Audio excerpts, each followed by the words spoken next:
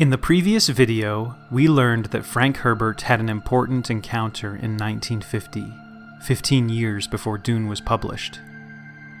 Frank and his wife went to a lecture on Jungian psychology in Sonoma County, where they met Ralph and Irene Slattery, a married couple of Jungian psychologists.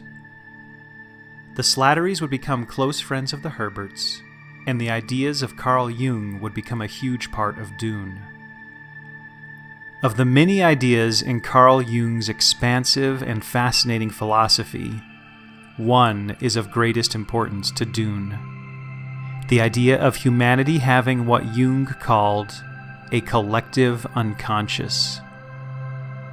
According to Jung, the unconscious mind of every human is populated not only by instincts, but also by archetypes. Carl Jung understood archetypes as universal archaic patterns and images that derive from the collective unconscious and are the psychic counterpart of instinct. Here's a quote from Jung on the collective unconscious. "And the essential thing psychologically is that in dreams, fantasies, and other exceptional states of mind, the most far-fetched mythological motifs and symbols can appear.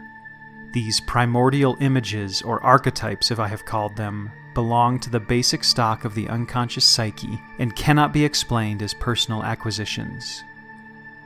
Carl Jung believed that many of the stories we humans relate to and love to tell aren't ideas and desires we've discovered or that have been written on us by experience, but rather that many of our stories and story elements are expressions of innate traits of the subconscious mind. Innate traits that all humans share. He believed that by studying these expressions, which he called archetypes, we could unearth valuable lessons about what it means to be human. Jung thought we could deduce and decipher the archetypes and bring them forward into the conscious mind by examining recurring stories in human history, as well as recurring motifs in art and religion and myth and dreams.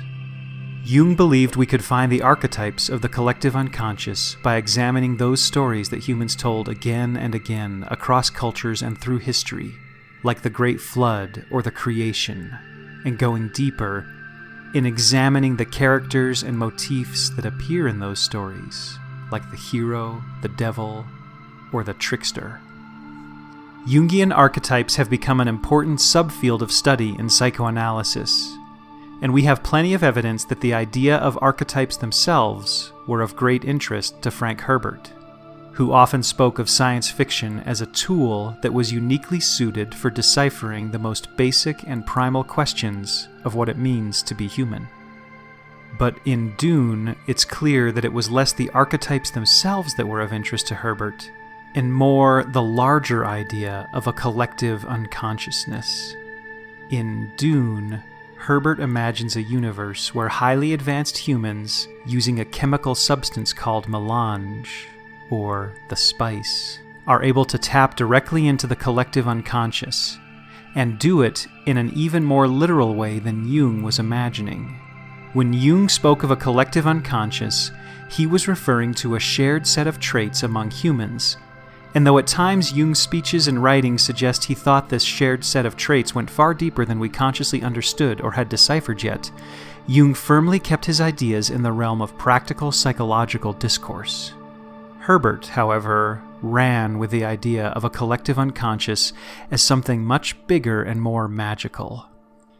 In Dune, Herbert imagined what a real collective unconscious might be, that maybe there was more than shared traits programmed in by evolution, that there were actual memories stored and passed on in our genetic material.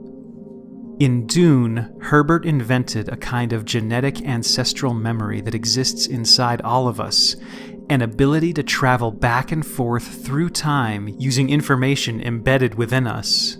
Herbert tied this idea, tangentially, to physical abilities of highly evolved humans called navigators, who had the ability to fold space-time itself and allow people to travel from planet to planet across immense distances.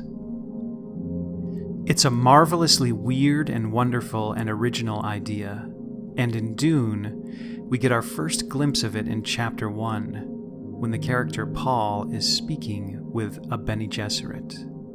When a truth-sayer's gifted by the drug, she can look many places in her memory, in her body's memory. We look down so many avenues of the past.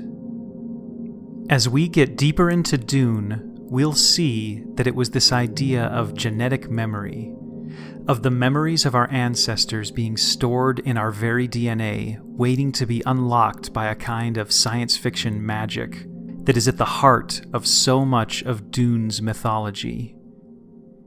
And when we look closely at this mythology, we see the heavy influence of Carl Jung all over it. Let's return to that quote from Chapter 1, the Reverend Mother speaking to Paul. What she says next makes direct reference to Jungian archetypes, archetypes which Jung himself often broke into feminine and masculine. We look down so many avenues of the past, but only feminine avenues. Her voice took on a note of sadness. Yet there's a place where no truth-sayer can see. We are repelled by it, terrorized. It is said a man will come one day and find in the gift of the drug his inward eye. He will look where we cannot, into both feminine and masculine pasts. At this point, the narrative transitions away from this provocative extrapolation of Jungian psychology into fantastical fiction, and it moves towards a central plot point of the novel, one we'll get to in our next video. In the next episode in this video series, we'll do a deep dive into Chapter 1 of Frank Herbert's Dune.